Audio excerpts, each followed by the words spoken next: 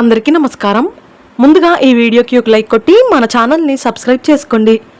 ఈ నెల జూలై 3వ తేదీన శుక్రవారం నాడు అత్యంత శక్తివంతమైన సంకటహర చతుర్థి ఏర్పడుతుంది. ఇది చాలా అద్భుతమైన రోజని చెప్పవచ్చు. ఎందుకంటే ఈ రోజున వెంకటేశ్వర స్వామి జన్మ నక్షత్రం శ్రవణ నక్షత్రం ఏర్పడుతుంది. అలాగే శుక్రవారం కలిసొచ్చిన సంకటహర చతుర్థి నాడు ఎవరైతే గణపతిని పూజిస్తారో అలాంటి వారి కోరికలన్నీ ఖచ్చితంగా నెరవేరుతాయి. కాబట్టి ఈ అద్భుతమైన సంకటహర చతుర్థిని ఎవ్వరూ వదులుకోకండి. పూజా విధానం, పాటించాల్సిన నియమాల గురించి ఈ వీడియోలో తెలుసుకుందాం. ముందుగా ఈ వీడియోకి ఒక లైక్ కొట్టి జై శ్రీరామ్ అని కామెంట్ చేయండి. ప్రతి నెలకు ఒకసారి సంకటహర చతుర్థి ఏర్పడుతుంది. అయితే ఈ జూలై నెలలో 3వ తేదీన శుక్రవారం నాడు సంకటహర చతుర్థి ఏర్పడింది. ఈ రోజున ఎవరైతే వినాయకుడిని పూజించి ముడుపు కడతారో అలాంటి వారి కోరికలన్నీ ఖచ్చితంగా నెరవేరుతాయని, జీవితంలో ఏమీ లేని స్థాయి నుండి గొప్ప స్థాయికి ఎదుగుతారని స్వయంగా ఆ వినాయకుడే వరమిచ్చాడట. కాబట్టి ఈ శుక్రవారం నాడు ప్రతి ఒక్కరూ ఇంట్లో వినాయకుడిని పూజించండి. స్త్రీలు ఉదయాన్నే నిద్రలేచి తలస్నానం చేసి ఇల్లంతా శుభ్రం చేసుకొని ఇంటి గుమ్మానికి పసుపు రాసి కుంకుమ బొట్లు పెట్టి ఇంటి ముందు ముగ్గు వేసి ఇంట్లో దీపారాధన చేయండి. ఈ సంకటహర చతుర్థి పూజ కోసం కొబ్బరికాయ, ఎర్రని మందార పూలు లేదా గులాబీలు, 21 గరిక పోచలు, కొన్ని అక్షింతలను ముందుగానే సిద్ధం చేసుకొని పెట్టుకోండి. అలాగే ముడుపు కట్టడానికి పసుపు రంగు కాటన్ వస్త్రం, ఎండు ఖర్జూరాలు, అరటిపండ్లు, తమలపాకులు, వక్క సిద్ధం చేసుకోండి. పూజ చేసే స్త్రీలు ఎరుపు రంగు వస్త్రాలు ధరించి కాళ్లకు పసుపు రాసుకొని నుదుటిన కుంకుమ బొట్టు పెట్టుకొని వినాయకుడిని పూజించాలి. పూజ గదిలో ముగ్గు వేసి మీ పూజను ప్రారంభించండి.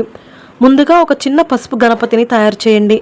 పసుపు గణపతిని తమలపాకు పైన పెట్టి మీ పూజ గదిలో ప్రతిష్ఠించి పసుపు కుంకుమలు, పూలు, అక్షింతలు వేసి నమస్కారం చేసుకోండి.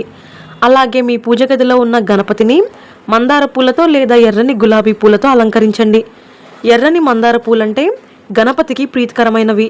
కాబట్టి ఎవరైతే గణపతిని ఎర్రటి మందార పూలతో పూజిస్తారో అలాంటి వారి కోరికలన్నీ ఖచ్చితంగా నెరవేరుతాయి. అలాగే గరిక అంటే వినాయకుడికి చాలా ఇష్టం.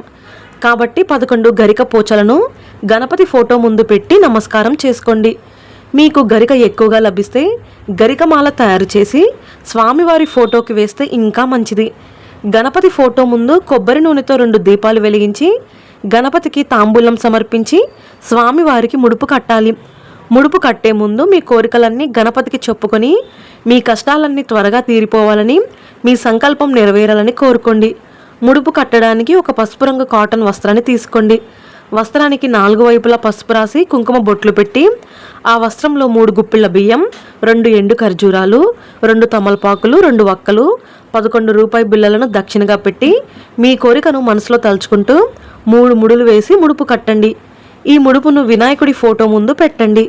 ఇక గణపతికి నైవేద్యంగా 11 కుడుములు, ఉండ్రాళ్ళు నివేదించాలి. లేదా 11 అరటిపండ్లు నివేదించినా సరిపోతుంది. ఈ విధంగా వినాయకుడిని పూజిస్తూ ఓం గం గణపతియే నమః అనే మంత్రాన్ని జపించండి. చివరగా గణపతికి హారతి సమర్పించి ప్రదక్షిణలు చేసి తలపైన అక్షింతలు వేసుకొని మీ పూజను ముగించుకోండి. ఈ వ్రతాన్ని చేసే స్త్రీలు ఖచ్చితంగా సంకటహర చతుర్థి వ్రత కథను చదవడం కానీ వినడం కానీ చేయాలి. అలాగే ఆడవారు ఖచ్చితంగా ఉపవాసం ఉండాలి. కటిగా ఉపవాసం లేకుండా పాలు, పండ్లు స్వీకరించవచ్చు. ఉదయమంతా ఉపవాసం ఉండి సాయంత్రం చంద్రుడిని దర్శించుకొని ఉపవాసాన్ని విరమించి భోజనం చేయాలి.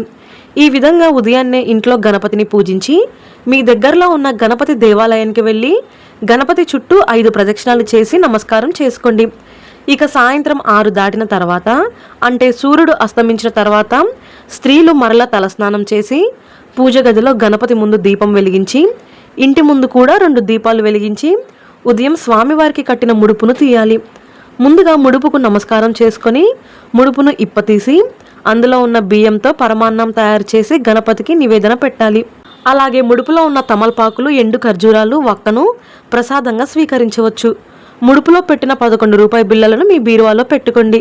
సాయంత్రం పూట ఇంట్లో పాలు పొంగించి ముడుపులో ఉన్న బియ్యంతో పొంగలి లేదా పాయసం తయారు చేసి గణపతికి నివేదించి కుటుంబం అంతా ప్రసాదంగా స్వీకరించాలి.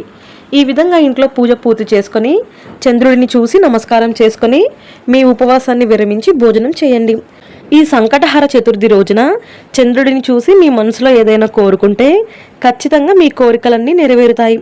అలాగే ఈ రోజున తప్పనిసరిగా గణపతి ఫోటోకి పెట్టిన కుంకుమ బొట్టును స్త్రీలు పాపిట్లో పెట్టుకుంటే దీర్ఘ సుమంగళి యోగం కలుగుతుంది.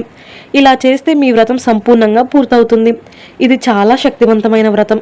ఒక్కసారి ఈ వ్రతాన్ని చేసి చూడండి. ఖచ్చితంగా మీరు ఆశ్చర్యపోయే శుభ ఫలితాలు కలుగుతాయి. అయితే చాలామందికి ఈ వ్రతం చేయడం కుదరకపోవచ్చు. అలాంటి వారు ఈ శుక్రవారం ఉదయాన్నే అంటే సంకటహర చతుర్థి నాడు ఉదయాన్నే తలస్నానం చేసి మీ దగ్గరలో ఉన్న గణపతి దేవాలయానికి వెళ్ళి స్వామివారికి గరికమాల మరియు లడ్డూలను నైవేద్యంగా పెట్టండి. గణపతి అనుగ్రహంతో మీ కష్టాలన్నీ వెంటనే తీరిపోతాయి. అలాగే మీ భర్త సంపద బాగా పెరగాలంటే ఈ సంకటహర చతుర్థి నాడు గణపతి దేవాలయంలో 5 ప్రదక్షిణాలు చేసి ఆవు నెయ్యితో 2 దీపాలు వెలిగిస్తే మీ భర్త సంపద పెరుగుతుంది. అలాగే ఈ శుక్రవారం సాయంత్రం పూట మీ పూజ గది ముందు కూర్చొని సంకటనాశన గణేశ స్తోత్రాన్ని కనీసం 3 సార్లు చదవండి. అప్పుల బాధలు, ఆర్థిక సమస్యలన్నీ తీరిపోయి ధనలాభం కలిసి వస్తుంది. ఈ సంకటహర చతుర్థి నాడు ఓం గం గణపతియే నమః అనే మంత్రాన్ని జపిస్తూ వినాయకుడికి జిల్లేడు పూలు సమర్పిస్తే మీ కుటుంబంపై ఉన్న భయంకరమైన నరదిష్టి, నరఘోషం మరియు చేతబడి వంటి ప్రయోగాలు పూర్తిగా నశిస్తాయి. అలాగే ఈ పవిత్రమైన శుక్రవారం నాడు కనీసం ఒక ముత్తైదువును మీ ఇంటికి పిలిచి పసుపు కుంకుమలతో పాటు 9 ఆకుపచ్చ గాజులు, ఒక అరటిపండు తాంబూలంగా ఇస్తే స్త్రీలకు అఖండ సౌభాగ్యం సిద్ధిస్తుంది. ఇక ఈ శుక్రవారం నాడు వెంకటేశ్వర స్వామి జన్మ నక్షత్రం శ్రవణ నక్షత్రం కూడా ఏర్పడుతుంది. కాబట్టి వెంకటేశ్వర స్వామి చిత్రపటానికి తులసిమాల వేసి గోవింద నామాలు జపిస్తే ఆ వెంకన్న అనుగ్రహం మీ కుటుంబంపై ఎల్లవేళలా ఉంటుంది. తెల్ల జిల్లేడు మొక్కను గణపతి రూపంగా పూజిస్తారు. జిల్లేడు మొక్క వేళ్లలో గణపతి నివసిస్తాడట. కాబట్టి ఈ సంకటహర చతుర్థి రోజున తెల్ల జిల్లేడు మొక్కకు పసుపు కుంకుమలు వేసి జిల్లేడు చెట్టు కింద దీపం వెలిగిస్తే గణపతి అనుగ్రహంతో ఎంతటి కష్టమైనా వెంటనే తీరిపోతుంది. ఇక ఈ శుక్రవారం ఎట్టి పరిస్థితుల్లోనూ మాంసాహారం తినకూడదు. అలాగే జుట్టు కత్తిరించడం, గోళ్ళు కత్తిరించడం చేయకూడదు. అలాగే మీ పిల్లలకు మంచి విద్యాబుద్ధులు కలగాలంటే ఈ చతుర్థి నాడు ఒక జిల్లేడు ఆకుపైన గంధంతో శ్రీ అని రాసి మీ పూజ గదిలో గణపతి ఫోటో దగ్గర ఆ జిల్లేడు ఆకును పెట్టుకోండి. మీ పిల్లలకు మంచి విద్యాబుద్ధులు, తెలివితేటలు, జ్ఞాపక శక్తి పెరుగుతాయి. ఇక మీ మనసులోని కోరికలు తక్షణమే నెరవేరాలంటే ఈ శుక్రవారం గోమాతకు పచ్చిగడ్డిని తినిపించి నమస్కారం చేసుకుంటే కోరిన కోరికలన్నీ నెరవేరుతాయి.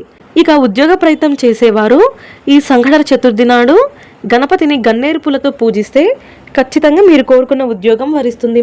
శ్రవణ నక్షత్రం శనిగ్రహ దోషాలను హరిస్తుంది.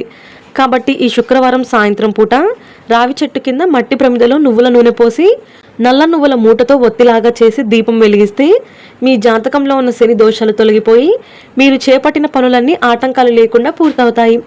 అలాగే సంతానం కోసం ఎదురు చూసే దంపతులు నీటిలో గరిక వేసి ఆ నీటితో గణపతి విగ్రహానికి అభిషేకం చేస్తే సంతాన ప్రాప్తి కలుగుతుంది. ముఖ్యంగా చదువుకునే విద్యార్థులు ఈ రోజున గణపతి దేవాలయానికి వెళ్ళి గణపతి ముందు గుంజిళ్లు తీస్తే విద్యలో ఆటంకాలు లేకుండా విద్యా ప్రాప్తి కలుగుతుంది. అలాగే భార్యాభర్తల మధ్య గొడవలు ఏర్పడుతుంటే గణపతి దేవాలయానికి వెళ్ళి గణపతికి అరటి పండ్లు సమర్పిస్తే దంపతుల మధ్య సఖ్యత పెరుగుతుంది. ఈ వీడియో మీకు నచ్చితే లైక్ చేసి సబ్స్క్రైబ్ చేసుకోండి. జై శ్రీరామ్.